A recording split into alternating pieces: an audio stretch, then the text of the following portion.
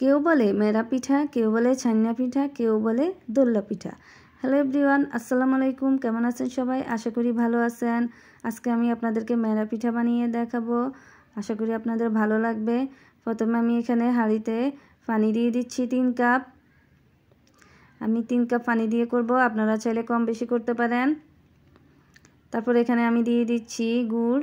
আমি গুড়টা শিলপাটায় গুঁড়া করে নিয়েছি, তাহলে কি হবে, পানির সাথে তাড়াতাড়ি গুড়টা গলে যাবে। এখন আমি এখানে দিয়ে দিচ্ছি লবণ। এখন লবণ আর গুড় ভালো করে পানির সাথে মিশিয়ে নিচ্ছি।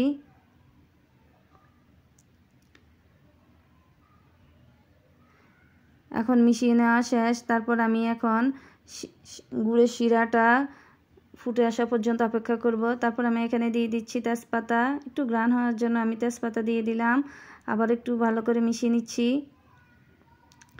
যখন আমার গুড়ের শিরাটা ফুটে আসবে, তারপর আমি এখানে দিয়ে দিচ্ছি কোরানো নারকেল। আমি এখানে হাফ কাপ কোরানো নারকেল দিয়েছি। তারপর এখন দিয়ে দিচ্ছি কুচা করা নারকেল।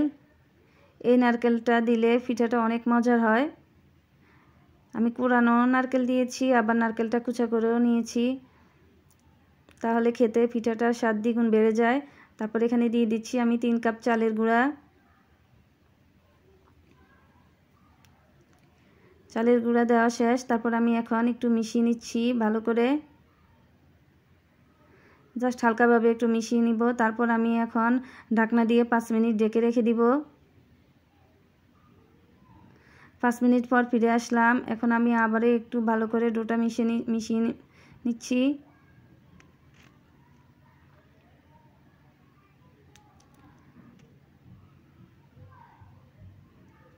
এই পিঠাটা খেতে অনেক মজার হয়, আপনারাও বাসায় ট্রাই করবেন। তো মিশিয়ে নেওয়া শেষ। এখন আমি ঠান্ডা করতে দিয়ে দিব। যখন একটু ডোটা ঠান্ডা হয়ে আসবে, তারপর আমি হাতের সাহায্যে বেলে নিব। তো দেখতে পাচ্ছেন কিভাবে আমি বেলে নিচ্ছি।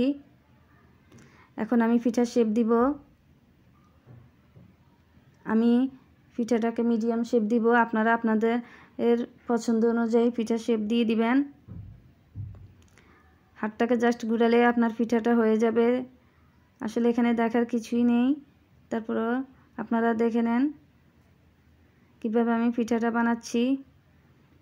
এভাবে আমি আরেকটি পিঠা আপনাদেরকে বানিয়ে দেখাচ্ছি। এভাবে একে একে সবগুলো পিঠা বানানো শেষ আমার। এখন আমি রাইস কুকারে পানি দিয়ে দিচ্ছি। আমি রাইস কুকারে বানাবো পিঠাগুলো, আপনারা চাইলে চুলায়ও বানাইতে পারেন।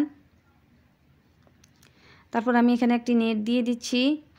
আমি এখানে নেটের উপরে পিঠাগুলো দিয়ে দিব।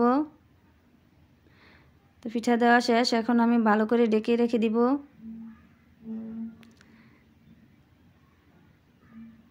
তারপর আমি রাইস কুকারের ঢাকনা দিয়ে দিচ্ছি। ফিরে আসছি 20 মিনিট পর। 20 মিনিট পর পিঠাগুলো হয়ে গেল।